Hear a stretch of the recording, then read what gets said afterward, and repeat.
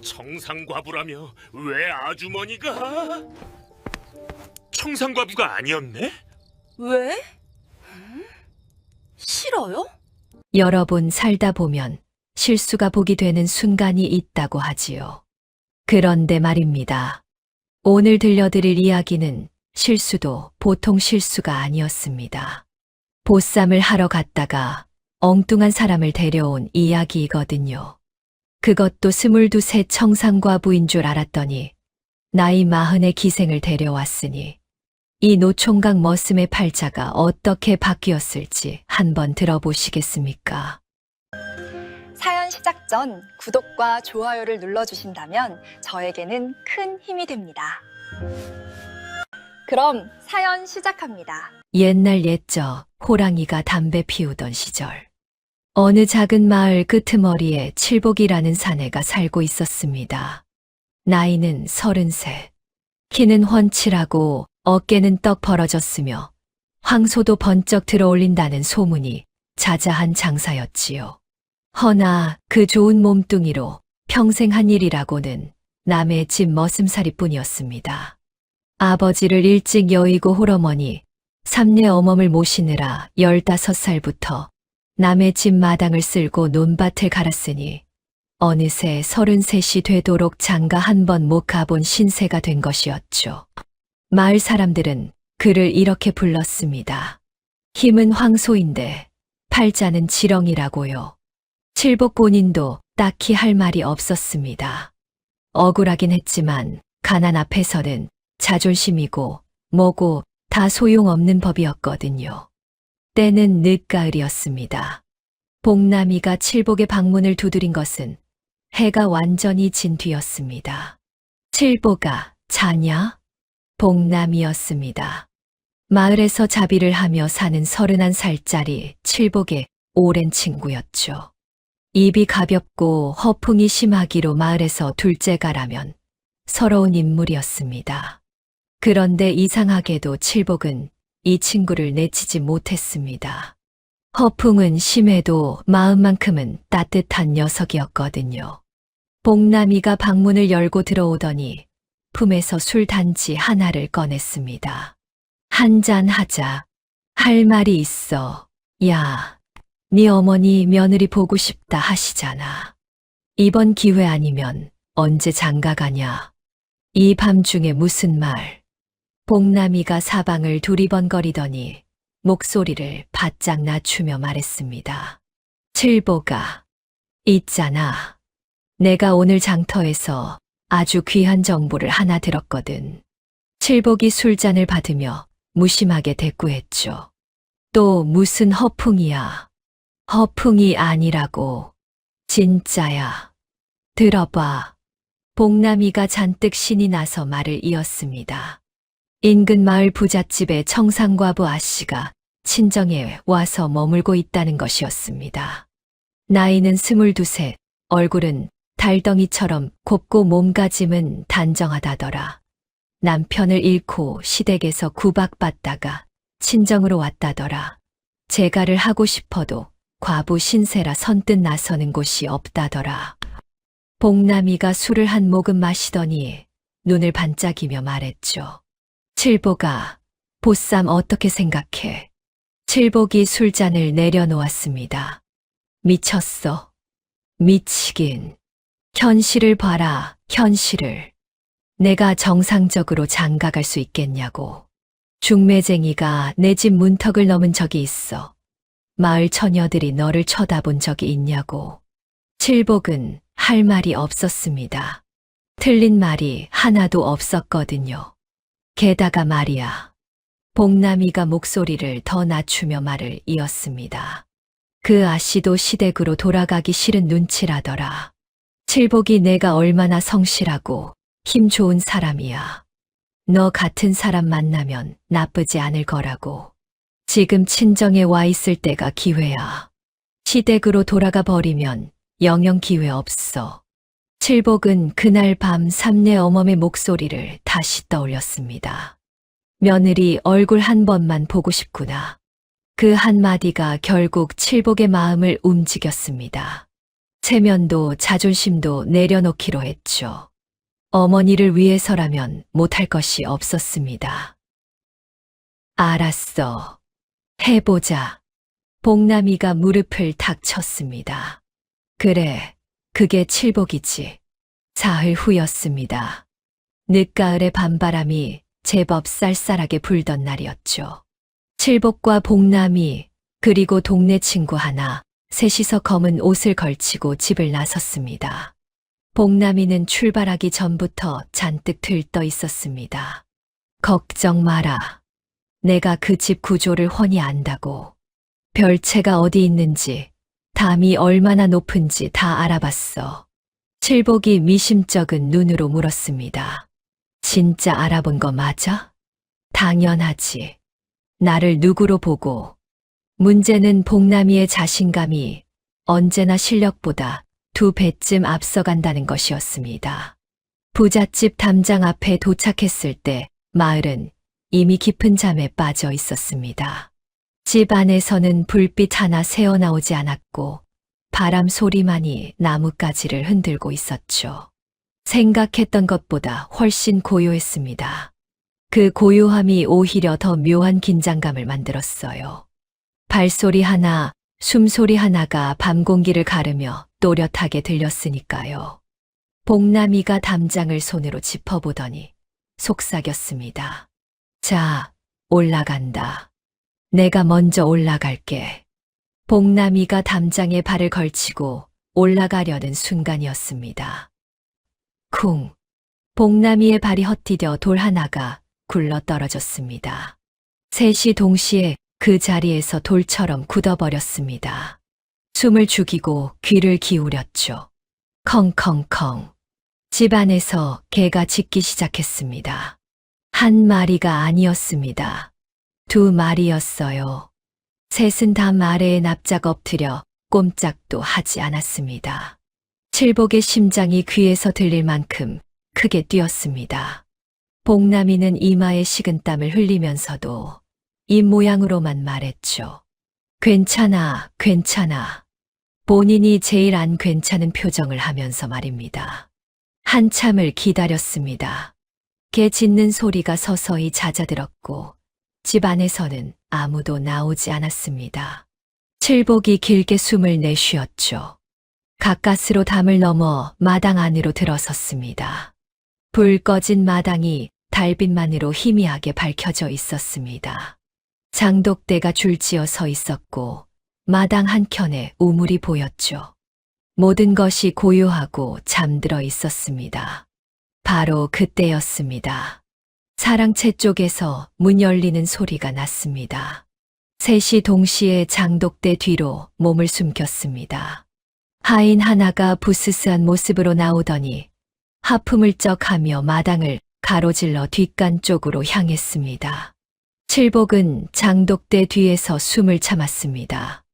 옆에 있던 복남이가 너무 긴장한 나머지 장독대에 이마를 갖다 박을 뻔했죠. 칠복이 얼른 손으로 복남이 이마를 막아주었습니다. 하인이 보리를 마치고 다시 사랑채로 들어가는 그 짧은 시간이 한없이 길게 느껴졌습니다. 드디어 사랑채 문이 닫혔습니다. 복남이가 별채를 손가락으로 가리키며 속삭였습니다.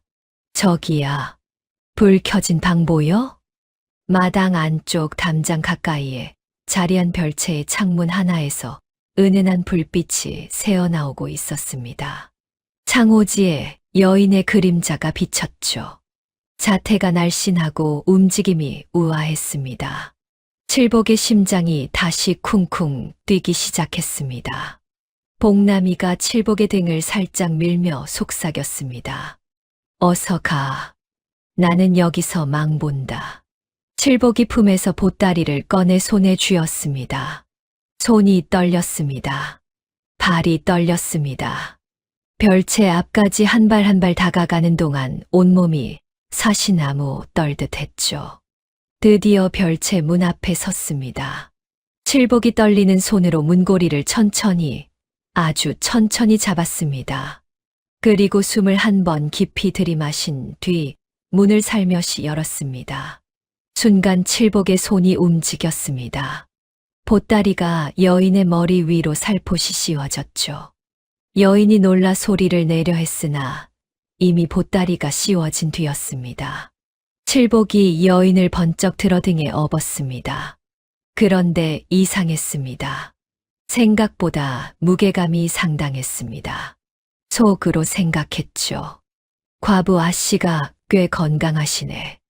여인이 탐탁지 않다는 듯 몸을 좌우로 흔들기 시작했습니다. 칠복이 낮은 목소리로 속삭였습니다. 조용히 해주시옵소서. 잠깐만요. 여인이 잠시 멈추는 듯 했습니다. 그리고 더 크게 몸을 흔들었습니다. 칠복이 복남이에게 신호를 보내려 돌아봤더니 복남이는 이미 담을 넘어 사라진 뒤였습니다. 동네 친구도 없었습니다. 칠복 혼자였습니다. 할 수 없었습니다. 칠복은 이를 악물고 여인을 업은 채 담장을 향해 발걸음을 옮겼습니다. 여인을 업고 담을 넘는 것이 쉬운 일이 아니었지만 황소도 번쩍 드는 장사였습니다. 이 정도 담장이야 문제 없었죠. 문제는 여인이 끝까지 몸을 흔들었다는 것입니다. 칠복이 집에 도착한 것은 한참 뒤였습니다. 숨이 턱까지 찬 채로 방 안에 여인을 내려놓았습니다. 떨리는 손으로 보따리를 풀었죠. 그 순간이었습니다. 칠복의 눈이 동그랗게 커졌습니다.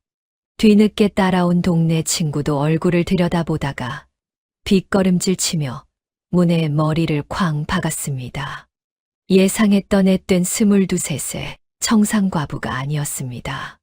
등불 아래 드러난 것은 곱게 단장한 40대 여인이었습니다. 비단 저고리에 고운 쪽머리, 서늘하고 또렷한 눈빛으로 칠복을 정면으로 바라보고 있었죠. 당황한 기색이라고는 눈곱만큼도 없었습니다. 오히려 이 상황이 전혀 낯설지 않다는 듯 차분하기 그지없었습니다. 칠복이 말을 더듬었습니다. 저기 혹시 부잣집 청상아 씨가 아니시옵니까? 여인이 옷매무새를 가다듬으며 차갑게 한마디 했습니다. 아니요. 칠복은 그 자리에서 무너지는 것 같았습니다. 동네 친구는 슬그머니 방문 밖으로 사라졌습니다. 나중에 들으니 그 길로 집에 가서 이불을 뒤집어 쓰고 잠들었다더군요. 칠복 혼자 여인 앞에 남았습니다. 여인은 서두르지 않았습니다. 방 안을 천천히 둘러볼 뿐이었죠. 낡은 기와 삐걱거리는 마루, 군데군데 바람이 새는 창호지. 가난하지만 깨끗하게 쓴 흔적이 역력한 집이었습니다. 여인의 눈빛이 처음에 서늘함에서 무언가를 찬찬히 살피는 표정으로 서서히 바뀌었습니다. 마치 오래된 물건의 쓸모를 가늠하듯 조용하고 침착한 눈빛이었죠. 칠복이 식은땀을 닦으며 사과를 늘어놓기 시작했습니다. 정말 죄송합니다. 제가 사람을 잘못 찾아뵌 것 같습니다. 당장 댁까지 모셔다 드리겠습니다. 제가 정말... 그때 방문이 열렸습니다. 삼내 어멈이었습니다. 인기척에 잠을 깬 듯 머리카락이 흐트러진 채 문을 열고 나왔죠. 아들이 드디어 며느리감을 데려왔나 싶어 반색하던 얼굴이 등불에 비친 여인의 얼굴을 보는 순간 굳어버렸습니다. 어색한 침묵이 방 안을 가득 채웠습니다. 바로 그 순간이었습니다. 여인이 삼내 어멈을 바라보더니 표정을 가다듬고 자리에서 천천히 일어섰습니다. 그리고 허리를 깊이 굽혀 꾸벅 정중하게 인사를 올렸죠. 어르신, 저 오늘 밥을 못 먹었는데 혹시 부엌 좀 써도 되겠습니까? 삼내 어멈과 칠복이 동시에 굳은 채로 여인을 바라봤습니다. 뜻하지 않게 이 집에 발을 들이게 된 여인이었습니다. 당장 자리를 박차고 일어나도 이상하지 않을 여인이었습니다. 그런데 그 여인이 지금 눈 하나 깜짝하지 않고 부엌을 빌려달라고 하고 있었습니다. 칠복은 그 순간 한 가지 생각밖에 들지 않았습니다. 대체 어떤 사람이지? 삼내 어멈이 멍하니 서 있는 사이 홍매는 이미 부엌 쪽으로 발걸음을 옮기고 있었습니다. 칠복이 얼른 따라 붙었습니다. 저기요. 부엌은 이쪽이 아니라 그쪽이군요. 홍매가 태연하게 방향을 바꿨습니다. 칠복은 할 말을 잃었죠. 이 상황에서 부엌 위치를 물어보는 여인이라니. 칠복이 머릿속으로 생각할 수 있는 반응이 아니었습니다. 부엌 앞에서 홍매가 발걸음을 멈추고 칠복을 돌아봤습니다. 불 좀 넣어 주시겠습니까? 예, 아궁이요. 불이 꺼져 있군요. 칠복은 어안이 벙벙한 채로 아궁이 앞에 앉아 불을 지폈습니다. 자신이 지금 무엇을 하고 있는 건지 도무지 알 수가 없었습니다. 보쌈을 해왔더니 불을 지피고 있었습니다. 홍매는 그 사이 부엌을 찬찬히 살펴봤습니다. 광에서 쌀을 꺼내고 항아리 뚜껑을 열어 된장 냄새를 맡아보고 찬장을 열어 남은 재료들을 살폈죠. 손이 빠르고 눈이 정확했습니다. 마치 오래전부터 이 부엌을 써온 사람처럼 자연스러웠습니다. 칠복이 아궁이에 불을 넣으며 조심스럽게 입을 열었습니다. 정말 죄송합니다. 제가 사람을 잘못 찾아뵌 것이 맞으니 드시고 나면 대까지 모셔다 드리겠습니다. 홍매가 쌀을 씻으며 말했습니다.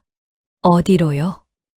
예, 댁이라 하셨는데 어디로 모셔다 드린다는 말씀이십니까? 칠복이 대답을 못하고 있자 홍매가 담담하게 말을 이었습니다. 저는 오늘 그 집 잔치 음식을 도우러 갔다가 일이 끝나고 돌아오는 길이었습니다. 돌아갈 집이 따로 있는 몸이 아니에요. 칠복이 눈을 깜빡였습니다.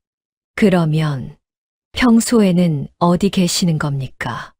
홍매가 잠시 손을 멈췄습니다. 그리고 아무렇지 않은 듯 다시 쌀을 안치며 말했죠. 딱히 정해진 곳이 없었습니다. 그 한마디에는 말로 다 하지 않은 사연이 가득 담겨 있었습니다.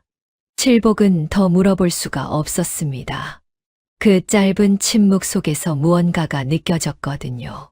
화려해 보이는 비단 저고리와 달리 그 안에 담긴 외로움 같은 것이요.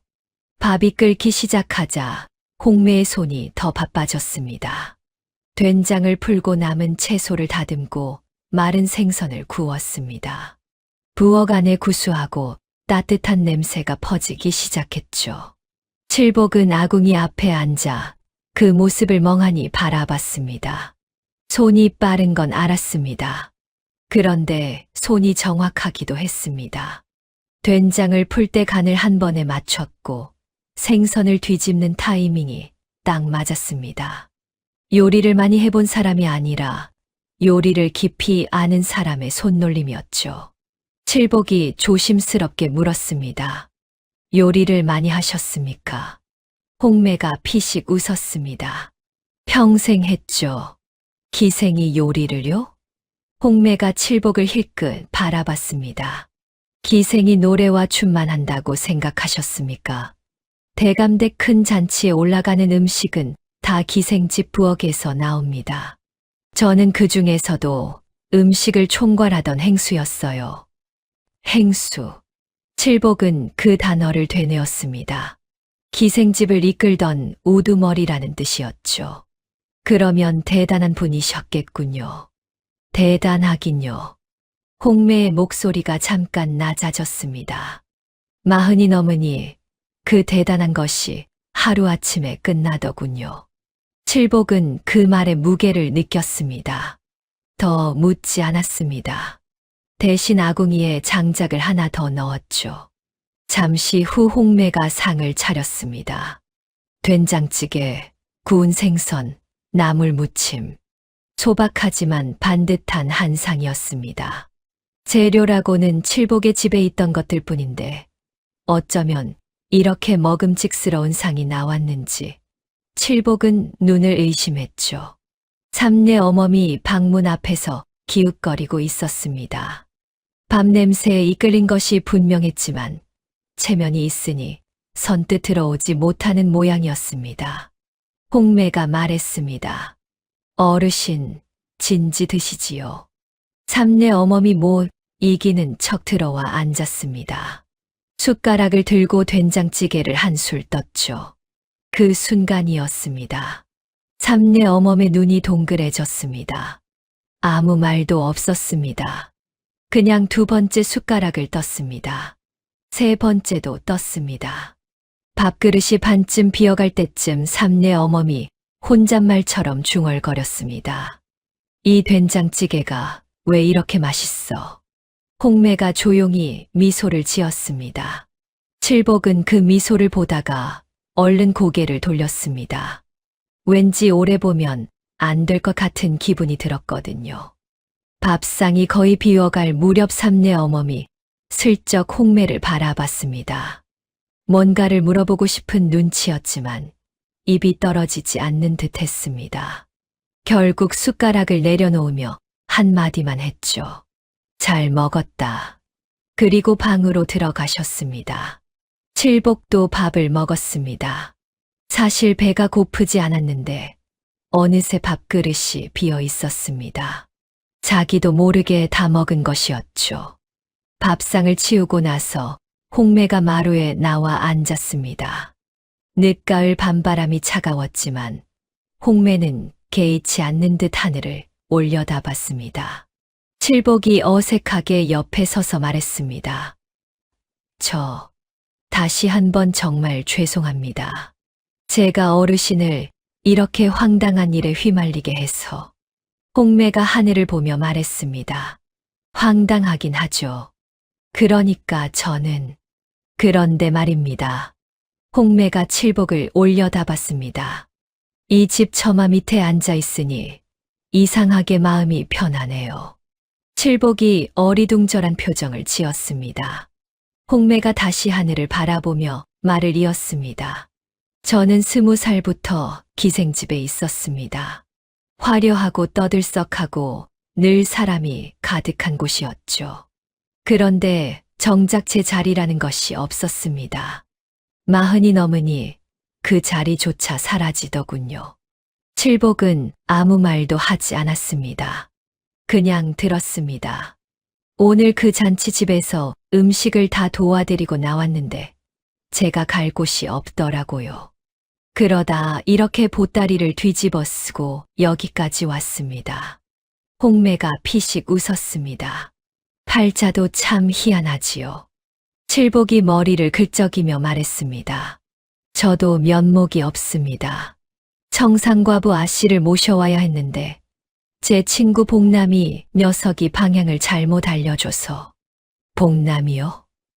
예. 아까 저보다 먼저 담을 넘어 도망간 녀석이 바로 그 친구입니다. 홍매가 고개를 끄덕였습니다. 도움도 안 되고 도망은 제일 빠르군요. 맞습니다. 두 사람 사이에 잠깐 침묵이 흘렀습니다. 그런데 이상하게 불편하지 않은 침묵이었습니다. 홍매가 먼저 입을 열었습니다. 총각은 왜 이 나이에 아직 혼인을 못 하셨습니까? 칠복이 잠시 망설이다 솔직하게 털어놨습니다. 아버지를 일찍 여인 것, 15살부터 머슴살이를 시작한 것, 어머니, 삼내 어멈을 모시며 살아온 것, 가난 때문에 중매쟁이 한 명 찾아온 적 없다는 것까지요. 홍매가 조용히 들었습니다. 어머니를 위해서 이런 일까지 하셨군요. 부끄럽습니다. 부끄러울 것 없습니다. 홍매의 목소리가 처음보다 조금 부드러워져 있었습니다. 저도 살면서 별별 일을 다 겪었습니다만 어머니를 위해 무릎을 꿇을 수 있는 사람이 그리 많지는 않더군요. 칠복이 홍매를 바라봤습니다. 홍매는 여전히 하늘을 보고 있었습니다. 서늘하게만 보이던 눈빛이 달빛 아래에서는 조금 다르게 보였습니다. 무언가 긴 시간 동안 혼자 견뎌온 사람의 눈빛이었습니다. 칠복이 조심스럽게 물었습니다. 그러면 오늘 밤은 어쩌실 생각이십니까? 홍매가 잠시 생각하더니 말했습니다. 일단 자야겠지요. 피곤합니다. 칠복이 눈을 깜빡였습니다. 예, 방 하나만 빌려주시면 됩니다. 내일 아침에 생각해도 늦지 않을 일은 내일 생각하는 것이 낫죠. 칠복은 그 말에 뭐라 대꾸할 수가 없었습니다. 홍매가 자리에서 일어나며 말했습니다. 아, 그리고 아침은 제가 하겠습니다. 어르신이 된장찌개를 좋아하시는 것 같으니 다시 한번 끓여드리지요. 칠복은 홍매의 뒷모습을 멍하니 바라봤습니다. 뭔가가 이상하게 돌아가고 있다는 것은 알았습니다. 보쌈을 해왔더니 밥을 얻어먹고 방을 내어주고 아침밥을 기대하고 있었습니다. 그런데 이상하게도 나쁘지 않았습니다. 칠복은 마루에 혼자 앉아 하늘을 바라봤습니다. 홍매가 방금 전까지 올려다보던 그 하늘이었습니다. 별이 유난히 많은 밤이었죠. 어머니 방에서 삼례 어멈의 목소리가 들렸습니다. 칠복아, 예, 어머니, 그 여자 말이다. 예, 된장찌개 끓일 줄 아는 여자 함부로 내보내는 거 아니다. 칠복은 그 말에 아무 대답도 하지 못했습니다. 다만 귓불이 조금 붉어졌습니다. 칠복이 일하러 나가려는 참이었습니다. 대문 밖에서 목소리가 들렸습니다. 칠복이 있나? 칠복의 얼굴이 굳었습니다. 목소리만 들어도 알 수 있었습니다. 최행수였습니다. 최행수는 칠복이 일하는 집의 마름이었습니다. 땅 주인을 대신해서 소작인들을 관리하는 자리였죠. 나이는 50인데 머리는 반백이었고 겉으로는 점잖은 척했지만 실속 챙기기에는 이 마을에서 둘째가라면 서러운 인물이었습니다. 칠복을 평생 머슴으로 부려먹고 싶어 한다는 것은 마을 사람들이 다 아는 사실이었죠. 최행수가 대문을 열고 들어서더니 대뜸 말했습니다. 이 사람아, 오늘 아침 논두렁 정비하기로 했는데 왜 아직도 집에 있어? 어서 나와야지. 예, 금방 나가겠습니다. 칠복이 얼른 대답하며 나가려는데 최행수의 눈이 마루 쪽에서 멈췄습니다. 홍매가 아침상을 치우고 있었습니다. 비단 저고리에 단정한 쪽머리, 낡은 칠복네 마루와는 어울리지 않는 모습이었죠. 최행수의 눈썹이 올라갔습니다. 저 여자는 누구야? 칠복이 말문이 막혔습니다. 뭐라고 설명해야 할지 몰라 우물쭈물하는 사이 홍매가 먼저 나섰습니다. 행주로 손을 닦으며 최행수 쪽으로 걸어오더니 고개를 가볍게 숙였습니다. 칠복 서방님 댁 식구가 되려는 사람이 옵니다. 최행수가 눈을 가늘게 떴습니다. 식구, 어디서 온 누구요? 지나가다 인연이 다 들어오게 되었습니다. 최행수가 홍매를 위아래로 훑어봤습니다. 비단 저고리, 옥비녀, 우아한 자태. 이 허름한 집과는 도무지 어울리지 않는 조합이었습니다. 혹시 기생이요? 홍매가 눈 하나 깜짝하지 않고 대답했습니다. 전에 그런 일을 했습니다. 최행수가 픽 웃었습니다. 칠복이 자네 이제 기생첩이라도 드리려는 건가? 칠복의 주먹이 불끈 쥐어졌습니다. 그런데 홍매가 칠복보다 먼저 입을 열었습니다. 행수 어르신. 홍매의 목소리는 조용했지만 단단했습니다. 아침부터 남의 집 드나드시면서 식구를 함부로 부르시는 법도는 어디서 배우셨습니까? 최행수가 얼굴이 붉어졌습니다. 뭐라고? 어르신께서 오신 것은 칠복 서방님 일 때문이시지요.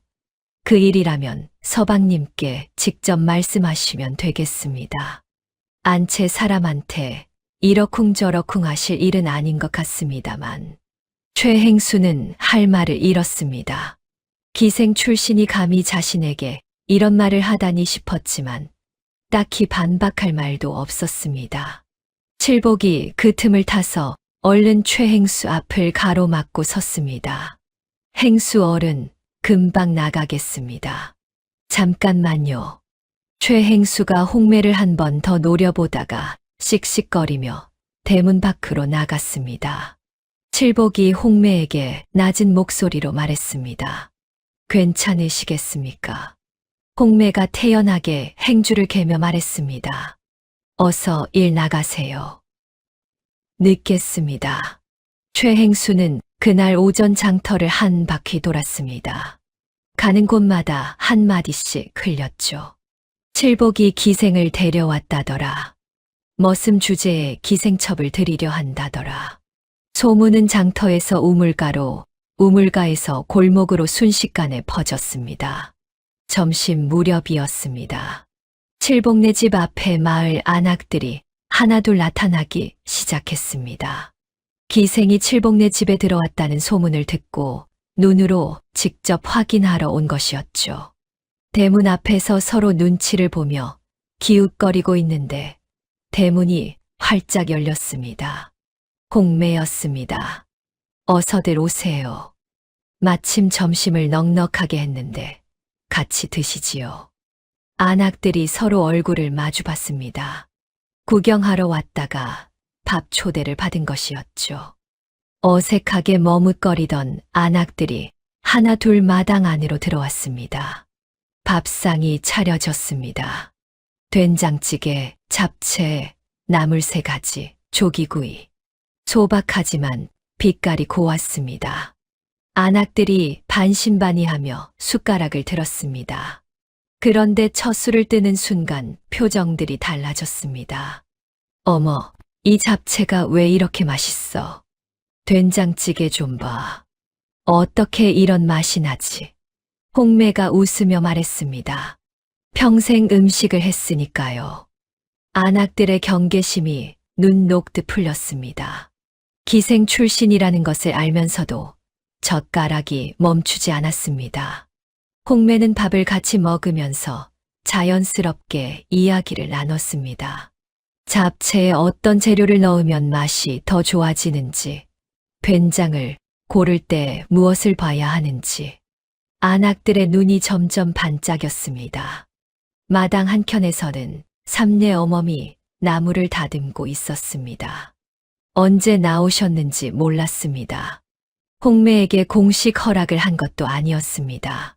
그냥 어느새 홍매 옆에 앉아서 나무를 다듬고 있었습니다. 마치 오래전부터 그래왔던 것처럼요. 저녁이 되고 마당이 조용해진 뒤 삼내 어멈이 칠복을 불렀습니다. 어머니 방이었습니다. 칠복이 들어가 앉으니 삼내 어멈이 한참 동안 말이 없었습니다. 무릎 위에 올려놓은 손을 내려다보다가 천천히 입을 열었습니다. 그 여자 말이다. 예, 어머니. 기생 출신인 거 나도 안다. 예, 그게 마음에 걸리긴 해. 칠복이 고개를 숙였습니다. 삼내 어멈이 잠시 뜸을 들이다 말을 이었습니다. 근데 말이야. 오늘 하루 종일 지켜봤는데 저 여자 눈빛이 예사롭지 않더라. 기생 눈빛이 아니야. 어르신 말씀이 무슨 뜻이십니까? 삼내 어멈이 창밖을 바라봤습니다. 홍매가 부엌에서 저녁 설거지를 하는 소리가 들렸습니다. 오래 혼자 견뎌온 사람 눈빛이야. 나는 그런 눈빛 알아. 칠복은 그 말에 아무 대답도 하지 못했습니다. 삼내 어멈이 칠복을 바라보며 말했습니다. 내 생각은 어떠냐? 칠복이 잠시 생각하다 솔직하게 말했습니다. 저는 나쁘지 않습니다, 어머니. 삼내 어멈이 고개를 끄덕였습니다. 더 말이 없었습니다. 칠복이 일어서려는데 어머니가 한마디를 덧붙였습니다. 내일 아침에 그 여자한테 우리 집 간장이 어디 있는지 알려줘라. 칠복이 멈췄습니다. 예, 간장 위치를 알려줘야 아침 반찬을 제대로 하지 않겠냐.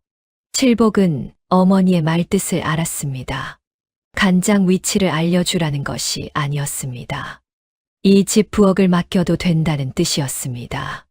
아직 공식적인 말은 아니었지만 어머니의 마음이 어느 쪽으로 기울었는지는 충분히 느낄 수 있었습니다. 어머니 고맙습니다. 삼내 어머니 손을 내저었습니다. 고맙긴. 어서 가서 간장 위치나 알려줘. 칠복은 그 길로 부엌으로 향했습니다. 설거지를 마무리하던 홍매가 고개를 들었습니다. 무슨 일이에요? 칠복이 머리를 긁적이며 말했습니다. 저기, 우리 집 간장이 어디 있는지 알려드릴까 해서요. 홍매가 잠시 칠복을 바라봤습니다. 그리고 천천히 미소를 지었습니다. 처음 보는 표정이었습니다. 서늘하지도 않고 계산하는 눈빛도 아닌 그냥 따뜻한 미소였습니다. 알겠습니다. 알려주세요. 마당 위로 별이 가득한 밤하늘이 펼쳐져 있었습니다. 늦가을 바람이 불었지만 부엌 안은 따뜻했습니다. 다음 날 아침 삼내 어머니 칠복을 불렀습니다. 칠복아, 홍매 씨 어디 있냐? 부엌에 있을 겁니다. 데려와라. 칠복이 부엌으로 가서 홍매를 불렀습니다. 홍매가 손을 닦고 따라 나섰죠. 삼내 어머니 방으로 들어서자 어머니가 똑바로 홍매를 바라봤습니다. 앉아라. 홍매가 무릎을 꿇고 앉았습니다. 삼내 어머니 말했습니다. 나이가 몇이냐? 40이옵니다. 기생 출신인 거 안다. 예. 그래도 괜찮으냐? 이 가난한 집에. 홍매가 고개를 들어 삼내 어멈을 똑바로 바라봤습니다. 괜찮습니다. 어르신. 삼내 어멈이 한참을 홍매의 눈을 들여다봤습니다. 거짓이 없었습니다. 삼내 어멈이 짧게 말했습니다. 혼례 준비해라. 칠복이 눈을 깜빡였습니다. 어머니. 지금 당장요. 당장이 아니면 언제야? 내가 언제까지 기다려야 하냐? 혼례는 사흘 뒤에 치러졌습니다. 변변한 예단도 없었고 중매쟁이도 없었습니다. 하객이라고는 복남이 하나뿐이었죠. 그래도 칠복은 깨끗한 두루마기를 꺼내 입었고 홍매는 붉은 저고리에 쪽머리를 단정하게 올렸습니다. 문제는 음식이었습니다. 홍매가 혼례 음식을 직접 차렸는데 그 냄새가 담장을 넘었습니다. 소문을 듣고 구경하러 왔던 마을 사람들이 담장 밖에서 기웃거리다 냄새에 이끌려 하나 둘 마당 안으로 들어왔습니다.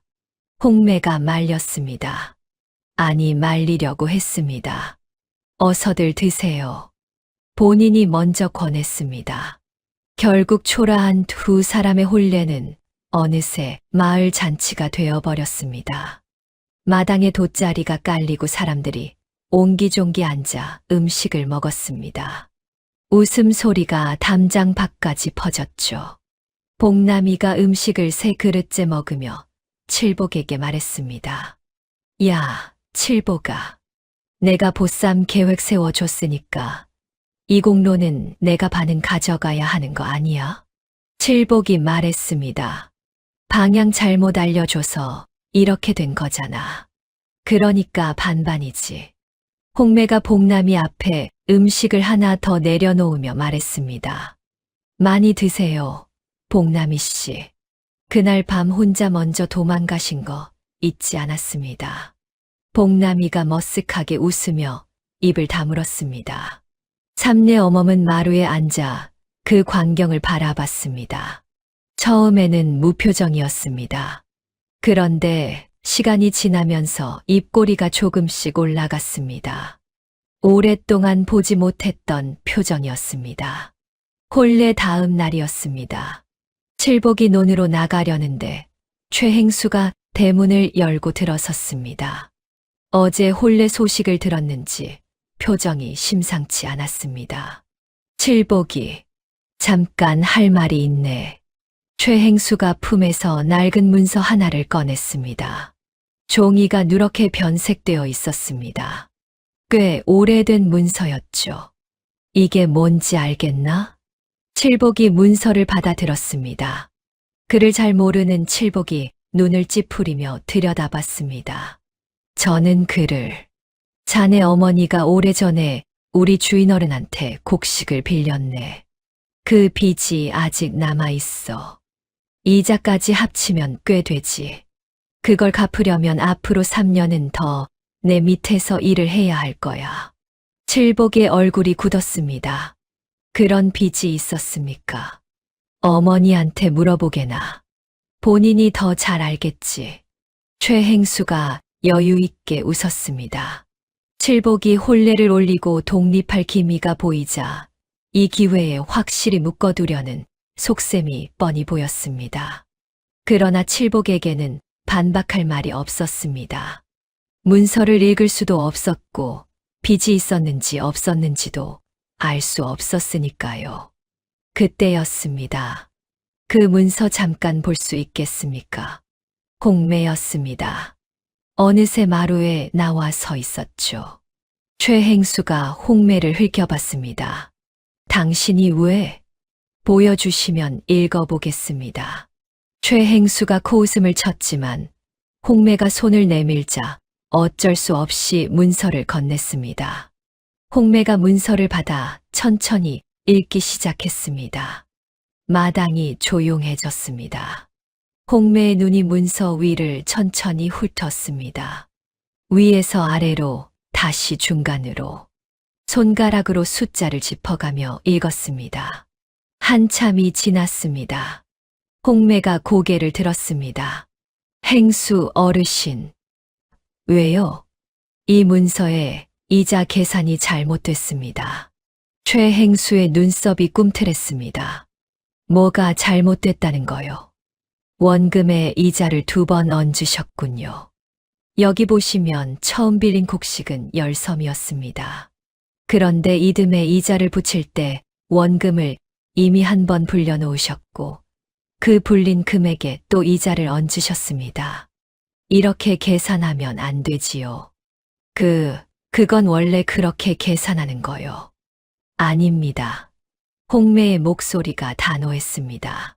제가 기생집 행수로 있을 때 장부를 15년 넘게 맡았습니다. 이자 계산이 이렇게 되어 있으면 관에 가져가도 인정받지 못합니다. 제대로 다시 계산하면 빚은 이미 갚고도 남았습니다. 최행수의 얼굴이 빨갛게 달아올랐습니다. 이 여자가 감히 어르신. 홍매가 문서를 최행수에게 돌려주며 말했습니다. 다시 계산하셔서 가져오시면 제대로 확인해 드리겠습니다. 만약 정말 남은 빚이 있다면 저희가 갚겠습니다. 하지만 없는 빚을 만들어내시면 저희도 그냥 있지는 않겠습니다. 최행수가 문서를 낚아채듯 가져가더니 씩씩거리며 대문을 나갔습니다. 쾅! 대문이 크게 닫혔습니다. 칠복이 홍매를 바라봤습니다. 한동안 말이 없었습니다. 그를 아시오? 홍매가 담담하게 대답했습니다. 기생이 글도 모르면 무엇으로 먹고 삽니까? 장부도 볼 줄 아시오? 15년 넘게 봤습니다. 칠복이 멍하니 홍매를 바라봤습니다. 보쌈을 해왔는데 글을 읽고 장부를 보고 최행수를 쫓아낸 여인이 앞에 서 있었습니다. 칠복이 평생 머슴으로 살면서 한 번도 상상해보지 못했던 일이었죠. 삼례 어머니 마루에서 그 광경을 다 지켜보고 있었습니다. 아들을 바라보더니 한마디만 했습니다. 칠복아. 예, 어머니. 잘 모셔라. 칠복이 고개를 끄덕였습니다. 그날 저녁 칠복이 홍매에게 말했습니다. 당신이 와줘서 다행이요. 홍매가 잠시 칠복을 바라봤습니다. 저도 그렇습니다. 서방님. 처음으로 서방님이라는 말이 나왔습니다. 칠복의 귀가 붉어졌습니다. 홍매는 못 본 척했습니다. 그러나 돌아서는 입꼬리가 살짝 올라가 있었습니다. 혼례가 끝나고 며칠이 지났습니다. 칠복이 아침 일찍 일을 나가려는데 대문 밖에서 기척이 났습니다. 내다보니 마을 안악 둘이 대문 앞에서 서성이고 있었습니다. 저기 혹시 홍매 씨 계세요? 칠복이 어리둥절한 표정으로 홍매를 불렀습니다. 홍매가 나오자 안악들이 반색했습니다. 홍매 씨, 저번 혼례 때 그 잡채 있잖아요. 그거 한 번만 더 먹을 수 없을까요? 남편이 계속 생각난다고 해서요. 홍매가 웃으며 말했습니다. 잡채가 생각나셨군요. 그것뿐만이 아니에요. 그날 된장찌개도 조기구이도 다 잊혀지질 않아요. 칠복이 그 모습을 보며 생각에 잠겼습니다. 혼례 날만 해도 마을 사람들이 음식 냄새에 이끌려 마당으로 들어왔었죠. 그날 이후로도 종종 이렇게 찾아오는 사람들이 있었습니다. 모두 홍매의 음식 때문이었습니다. 그날 저녁이었습니다. 홍매가 칠복과 삼내 어멈을 마주 앉혀놓고 말을 꺼냈습니다. 드릴 말씀이 있습니다. 무슨 말이요? 주막을 열면 어떻겠습니까? 칠복이 눈을 깜빡였습니다. 주막이요? 예. 제 음식 솜씨라면 충분히 해볼 만합니다. 이 마을을 지나는 장사꾼들도 꽤 있고 마을 사람들도 찾아올 겁니다. 칠복이 머리를 긁적였습니다. 그게 말처럼 쉬운 일이겠소. 주막을 열려면 건물도 있어야 하고 재료도 있어야 하고 건물은 서방님이 지으시면 되지 않습니까? 칠복이 멈췄습니다. 제가요? 서방님 힘이라면 며칠이면 충분하지 않겠습니까? 삼내 어멈이 옆에서 무릎을 탁 쳤습니다. 그거 좋다. 칠복아, 해봐라. 칠복이 어머니와 홍매를 번갈아 봤습니다. 두 사람의 눈빛이 이미 결정된 사람들의 눈빛이었습니다. 알겠소. 다음 날 아침부터 칠복이 팔을 걷어붙였습니다. 집 한켠 빈터에 주막을 짓기 시작했습니다. 혼자였습니다.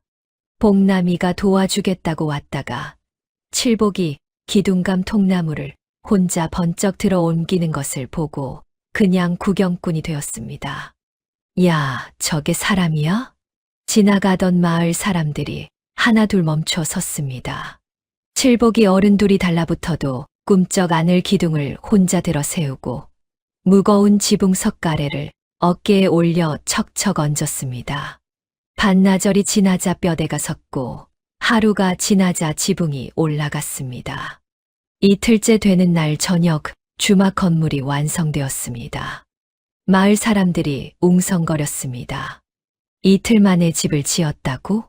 칠복이가 기둥을 혼자 들더라고. 내 눈으로 봤어.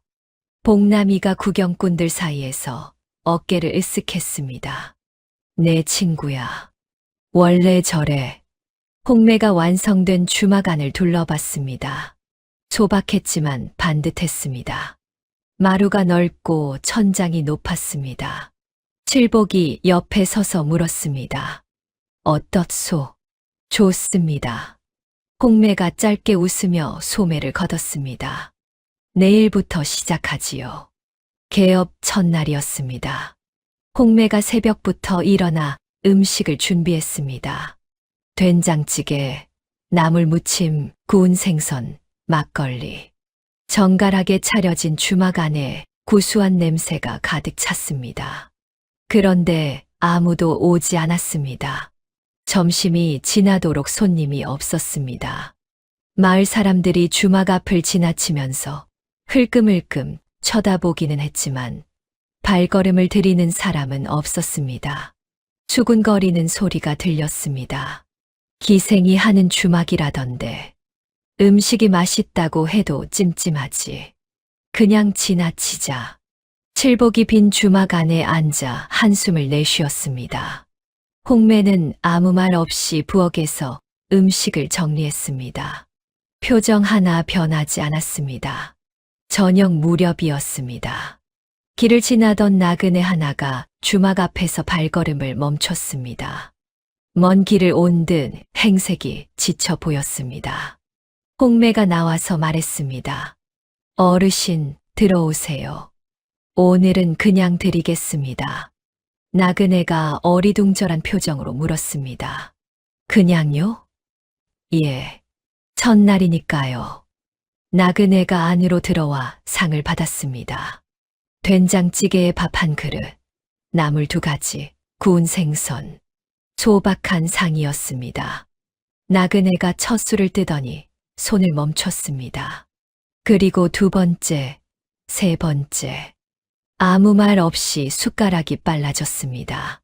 밥그릇이 비워지고 찌개 뚝배기가 바닥을 드러낼 때쯤 나그네가 고개를 들었습니다. 주인장, 예, 이 된장찌개 도성에서도 이런 맛은 못 먹어봤소. 홍매가 조용히 웃었습니다. 감사합니다. 나그네가 자리에서 일어나며 말했습니다. 공짜로 먹기가 미안하군요. 괜찮습니다. 다음에 또 이 길을 지나시거든 들러주세요. 나그네가 고개를 끄덕이며 길을 떠났습니다. 사흘째 되는 날 아침이었습니다. 주막 문을 열자마자 낯선 사내 둘이 들어섰습니다. 행색을 보니 외지에서 온 장사꾼들이었습니다. 여기가 된장찌개 맛있다는 주막이요? 칠복이 어리둥절했습니다. 어떻게 아셨습니까? 이틀 전에 이 길 지나던 나그네한테 들었소. 도성에서도 못 먹어본 맛이라고 해서 일부러 찾아왔지. 2 사람이 자리를 잡고 앉았습니다. 뒤이어 또 다른 장사꾼 3이 들어왔습니다. 그 다음에도 또 점심이 되기도 전에 주막 안이 절반쯤 찼습니다. 음식이 나오자 여기저기서 감탄 소리가 터졌습니다. 이야, 이 맛이구나. 막걸리 1잔 더 주시오. 반찬 좀 더 주실 수 있소. 홍매가 부엌을 들락날락하며 음식을 날랐습니다. 칠복도 옆에서 상을 나르고 막걸리를 채웠습니다. 삼내 어멈도 마루 끝에 앉아 나무를 다듬으며 거들었습니다. 소문은 빠르게 퍼졌습니다. 오후가 되자 마을 사람들이 하나 둘 주막 앞에 나타났습니다. 그런데 이번에는 들어오려고 왔습니다. 코를 킁킁거리며 안을 들여다봤죠. 자리 있어요? 홍매가 안을 둘러보며 말했습니다. 지금은 가득 찼습니다. 잠시 기다려 주시겠습니까? 마을 사람들이 당황했습니다. 기생이 하는 주막이라며 외면했던 사람들이 이제는 자리를 기다리는 신세가 된 것이었죠. 그때였습니다. 주막 밖에서 목소리가 들렸습니다. 야, 칠보가, 나 자리 하나만 봐줘라. 내가 보쌈 계획 세워준 사람이잖아. 복남이었습니다. 주막 밖에서 발을 동동 구르고 있었습니다. 칠복이 안에서 소리쳤습니다. 자리 없어. 야, 이럴 수가 있어. 내가 누군데. 홍매가 부엌에서 나오다 복남이를 보고 말했습니다. 복남이 씨, 오늘은 안 되겠습니다. 내일 일찍 오세요. 내일이요? 예. 일찍 오시면 자리 있을 겁니다. 복남이가 억울한 표정으로 주막 안을 들여다봤습니다. 안에서는 사람들이 웃고 떠들며 밥을 먹고 있었습니다. 복남이의 배에서 꼬르륵 소리가 났습니다. 칠복이 그 모습을 보며 피식 웃었습니다. 그날 저녁 주막 문을 닫고 나서 칠복이 홍매에게 말했습니다. 당신 말이 맞았소. 홍매가 그릇을 닦으며 대꾸했습니다. 무슨 말이요? 주막. 해볼 만하다고 했잖소. 홍매가 웃었습니다. 이제 시작입니다, 서방님. 삼내 어머니 방에서 나오다 2 사람을 보며 혼잣말처럼 중얼거렸습니다. 보쌈을 잘못해 와도 이렇게 되는구나. 가을거지가 끝난 뒤였습니다. 칠복내 주막은 날이 갈수록 소문이 번졌습니다. 처음엔 길 지나던 행상들이 들어왔고, 다음엔 이웃마을 나무꾼들이 찾아왔으며, 나중엔 장날이 아니어도 사람들이 들르기 시작했습니다. 홍매가 끓여내는 된장찌개 한 그릇은 그 어디서도 맛보기 어려운 것이었고, 칠복이 내어주는 막걸리 한 사발은 안악들도 인심 좋다 했습니다. 그런데 어느 날 아침부터 분위기가 달라졌습니다. 단골이던 장씨가 문 앞에서 머뭇거리다 그냥 돌아갔습니다. 그 다음 날엔 박서방이 멀리서 눈길을 주다 고개를 돌렸습니다. 사흘째 되는 날엔 아예 주막 앞 길이 조용해졌습니다. 홍매는 속을 내색하지 않았습니다. 아침 일찍 일어나 솥을 걸고 된장을 풀고 채소를 다듬었습니다. 다만 칠복이 눈치챘습니다. 왜들 안 오는 거요? 홍매가 국자를 내려놓으며 말했습니다. 알고 있어요. 복남이가 헐레벌떡 뛰어왔습니다. 칠복아, 큰일 났다. 최행수가 마을 소작인들한테 다 돌았어. 칠복네 주막 드나들면 다음 소장료 올린다고. 칠복의 주먹이 절로 쥐어졌습니다. 최행수였습니다. 주막이 잘 되기 시작하자 심기가 불편했던 모양이었습니다. 머슴 출신 칠복이 자기 땅 소작인들에게 영향력을 갖는 꼴을 두고 볼 수 없었던 것입니다. 소장료를 무기로 마을 사람들의 발길을 끊어놓으려 한 것이었습니다. 복남이가 덧붙였습니다. 그뿐만이 아니야. 쌀이랑 된장 대던 농가 두 군데도 이번 달부터 못 넣겠다고 했어. 최행수가 압력을 넣었다는 말이 돌더라. 칠복이 당장 달려가겠다며 일어섰습니다. 홍매가 그 앞을 막아섰습니다. 지금 가서 주먹 쓰면 우리가 집니다. 그럼 가만히 있으란 말이오? 홍매가 조용히 웃었습니다. 아니요. 이기고 갑시다. 홍매는 그날 오후 장터로 나갔습니다. 칠복이 뒤를 따랐습니다. 홍매는 장터에서 가장 사람이 많이 모이는 저울 앞에 섰습니다. 그리고 큰 소리로 말했습니다. 여러분, 저 칠복이 저 홍매올시다. 오늘 드릴 말씀이 있어 나왔습니다. 사람들이 하나둘 멈춰 섰습니다. 우리 주막에 쌀을 대주던 김서방, 최행수한테 뭔 말을 들었소? 김서방이 눈을 피했습니다. 홍매가 다가갔습니다. 소장료 올린다고 했지요. 그거 언제부터 최행수가 소장료를 혼자 정하게 됐습니까? 소장료는 주인 양반 결정 아닙니까? 장터가 술렁였습니다. 홍매가 소매 안에서 종이 한 장을 꺼냈습니다. 제가 여기 오기 전에 여러 군데 알아봤습니다. 이 마을 소장료는 주인 양반이 정한 대로 한 해에 딱 2번 납부입니다. 최행수가 따로 올린다, 내린다 할 권한이 없습니다.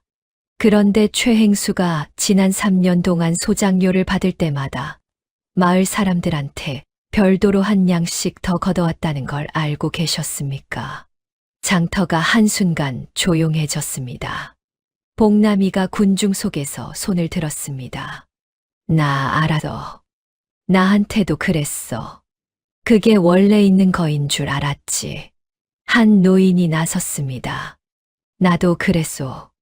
원래 마름한테 내는 수고비인 줄 알았는데 또 다른 사람이 말했습니다. 나도 마찬가지요. 칠복은 그 자리에서 처음으로 앞으로 나섰습니다. 최행수, 나와 계십니까? 군중 뒤편에서 최행수가 얼굴을 붉히며 나타났습니다. 이놈이 감히. 칠복이 조용히 말했습니다. 저는 이 마을 주막 주인입니다.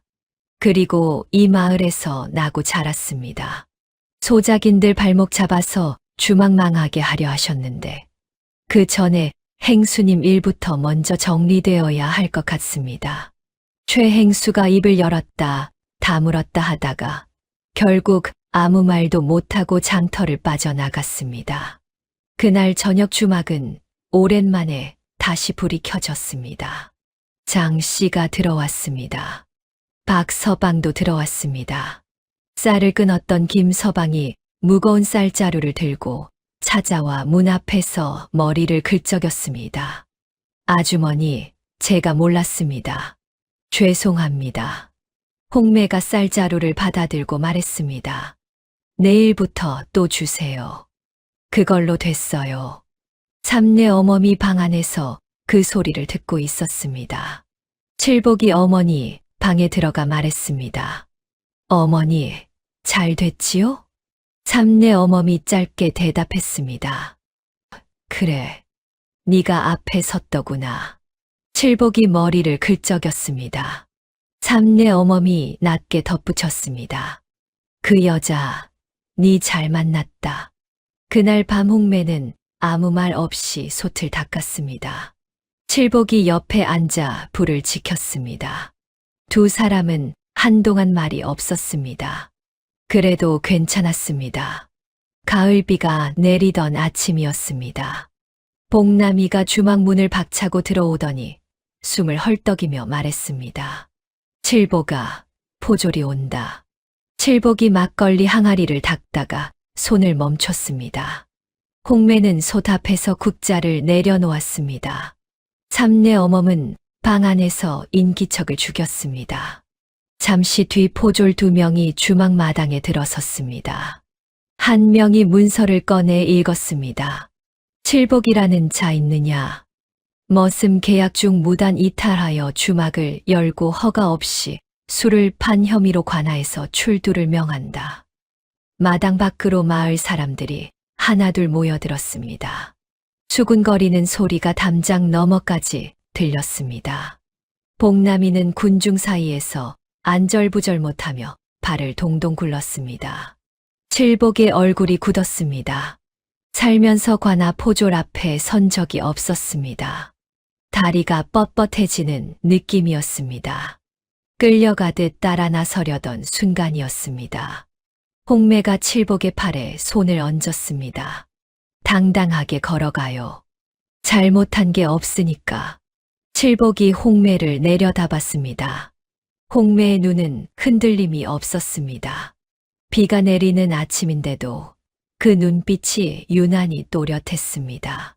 칠복이 천천히 고개를 끄덕였습니다. 칠복은 등을 폈습니다. 그리고 걸었습니다. 관아까지 가는 길이 짧지 않았습니다. 포졸 둘이 양옆에 서서 걸었고 칠복은 그 가운데를 걸었습니다. 빗속에서 마을 사람들이 멀찍이 따라오며 지켜봤습니다. 누군가 작은 소리로 말했습니다. 최행수가 고발한 거래.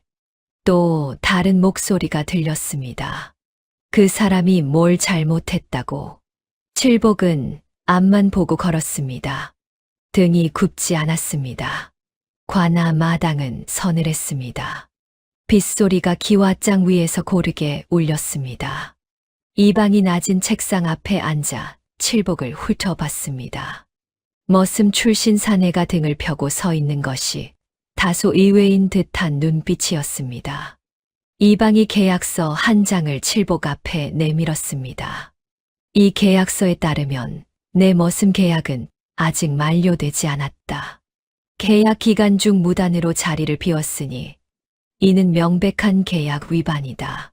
할 말이 있느냐? 칠복이 계약서를 받아들었습니다. 누렇게 바랜 종이 위에 잔글씨가 빽빽했습니다. 눈이 글자 위를 훑었지만 아무것도 들어오지 않았습니다.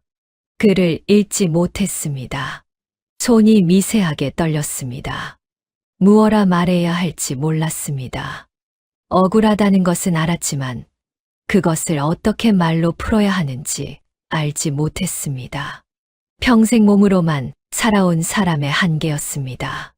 그때 관아 마당 입구에서 목소리가 들렸습니다. 잠깐 기다려 주시겠습니까? 홍매였습니다.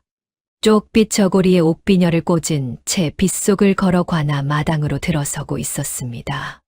포졸 하나가 앞을 막아섰습니다. 여인네가 어딜? 칠복씨 처올시다. 계약서 관련하여 이방님께 드릴 말씀이 있습니다. 홍매의 목소리는 떨리지 않았습니다. 이방이 잠시 홍매를 바라보다 손짓으로 포조를 물렸습니다. 홍매가 칠복 옆에 섰습니다. 칠복의 손에서 계약서를 받아들고 천천히 읽기 시작했습니다. 손가락이 줄과 줄 사이를 짚어 내려갔습니다. 이방님, 이 계약서 만료일을 보시면 기해년 10월 금음으로 되어 있습니다. 이방이 몸을 앞으로 기울였습니다. 지금이 경자년 2월입니다. 계약은 이미 지난해 가을에 만료되었습니다. 칠복 씨가 주막을 연 것은 계약 만료 이후의 일입니다. 이방이 계약서를 낚아채듯 집어들었습니다. 날짜 부분을 손가락으로 짚으며 눈썹이 천천히 올라갔습니다. 홍매가 멈추지 않았습니다. 그리고 이 계약서, 이자 계산 부분을 보시면 원금에 이자를 2번 중복 적용한 흔적이 있습니다. 저희가 이미 최행수에게 이 일을 제기했으나 수정이 이루어지지 않았습니다. 홍매가 소매 안에서 종이 한 장을 더 꺼냈습니다. 마지막으로 이것은 지난 장터에서 마을 사람 12명이 직접 증언한 내용을 정리한 문서입니다. 최행수가 3년간 소장료 외에 별도로 한 양씩 더 걷어온 사실이며 서명도 받아두었습니다. 이방이 두 문서를 번갈아 들여다봤습니다.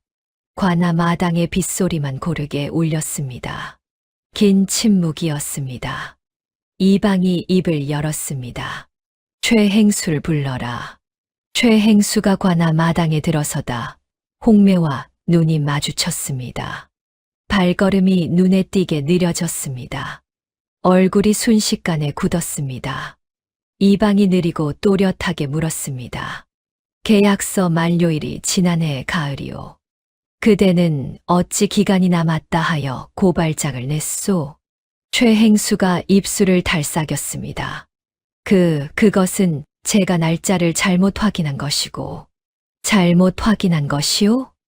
이방의 목소리가 낮아졌습니다. 소장료 외 별도 수취건은 어찌 설명하겠소. 12명의 서명이 여기 있소이다. 최행수의 입이 열렸다 닫혔습니다.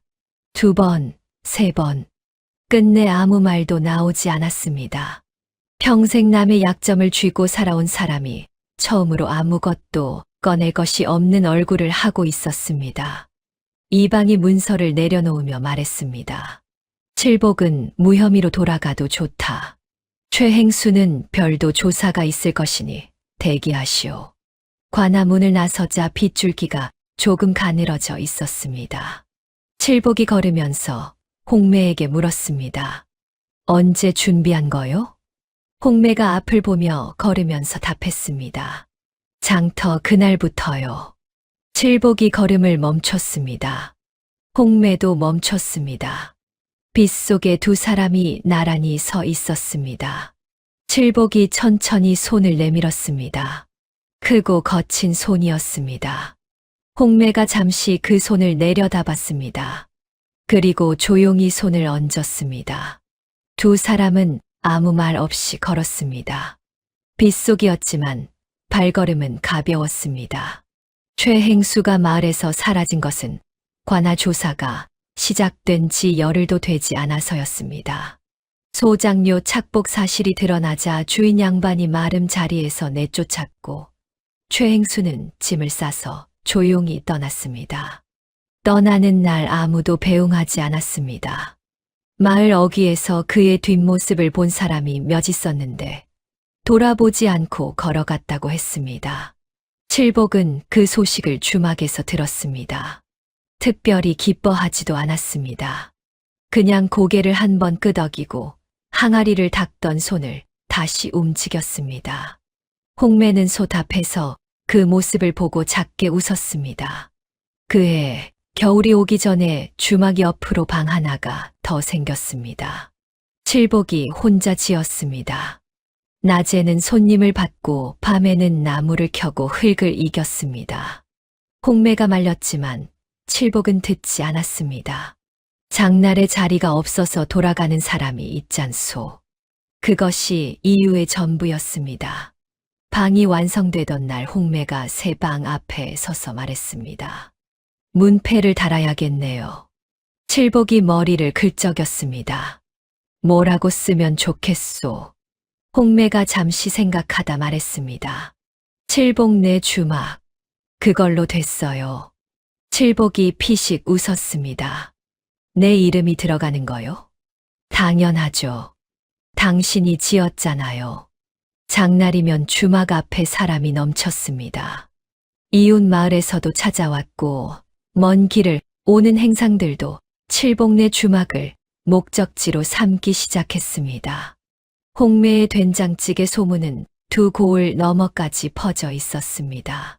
칠복은 손님이 가져온 짐을 날라주고 무거운 것을 들어주며 주막 일을 도왔습니다. 홍매가 요리를 하면 칠복이 상을 날랐고 칠복이 힘을 쓰면 홍매가 계산을 했습니다. 두 사람은 말이 없어도 서로의 다음 움직임을 알았습니다. 복남이가 매일같이 찾아와 밥을 얻어먹었습니다. 어느 저녁 복남이가 밥 2그릇째를 비우며 말했습니다. 야, 내가 그날 담 넘을 때부터 느낌이 좋았어. 내 덕이지, 솔직히. 칠복이 국그릇을 들이밀며 말했습니다. 담 넘다가 혼자 도망간 게 네 덕이냐. 복남이가 억울한 표정을 지었습니다. 야, 나는 전략적 후퇴를 한 거야. 작전상. 홍매가 웃으며 복남이 밥 한 그릇을 더 퍼줬습니다. 복남이 씨 덕이에요. 진짜로. 복남이가 으쓱했습니다. 칠복이 한심하다는 듯 고개를 저었습니다. 셋이서 한참을 웃었습니다. 삼내 어머니 마루에 나와 그 소리를 듣고 있었습니다. 홍매가 웃음이 가라앉자 안채로 들어가 삼내 어멈 옆에 앉았습니다. 두 사람은 한동안 말이 없었습니다. 마당에서는 칠복이 복남이를 쫓아내는 척 웃고 있었습니다. 삼내 어멈이 먼저 말했습니다. 처음엔 내쫓으려 했지. 홍매가 조용히 웃었습니다. 알고 있었어요. 근데 내가 속 걸던 날 알아봤어. 이 집 귀신이 너 데려온 거라고. 홍매가 아무 말 하지 않았습니다. 삼내 어멈이 홍매의 손 위에 자신의 손을 살며시 얹었습니다. 주름지고 거친 손이었습니다. 홍매의 눈이 조금 붉어졌습니다. 삼내 어멈이 마당을 바라보며 말했습니다. 저놈이 복은 없는데 복은 잘 데려왔어. 홍매가 소리 없이 웃었습니다. 눈물이 날 것 같았지만 참았습니다. 손님이 다 돌아간 밤이었습니다. 칠복과 홍매가 주막 마루에 나란히 앉았습니다. 칠복이 식은 막걸리 한 사발을 홍매에게 건넸습니다. 홍매가 한 모금 마시고 하늘을 올려다봤습니다. 별이 많은 밤이었습니다. 홍매가 물었습니다. 그날 밤 왜 저를 데려온 거예요? 칠복이 머리를 긁적이며 말했습니다. 복 좀 받아보려고요. 홍매가 웃으며 되물었습니다. 받으셨나요? 칠복이 마루 끝을 바라보다가 천천히 말했습니다. 넘치게요. 홍매가 막걸리 사발을 두 손으로 감쌌습니다. 바람이 한 번 불었습니다. 주막 처마 끝에서 등불이 가볍게 흔들렸습니다. 두 사람은 한동안 그렇게 앉아 있었습니다. 아무 말이 없었습니다. 그래도 충분했습니다. 오늘 이야기도 재미있게 들으셨나요? 사실 이 이야기는 전에 내려오는 고전 야담을 제가 현대적으로 직접 다시 써 내려간 창작물이었거든요. 조상들의 지혜를 더 흥미롭게 전해드리고 싶어서 대본부터 영상 제작까지 모든 과정을 제 손으로 직접 진행했죠. 앞으로도 문화적 가치와 재미를 담은 독창적인 이야기들로 찾아뵙겠습니다.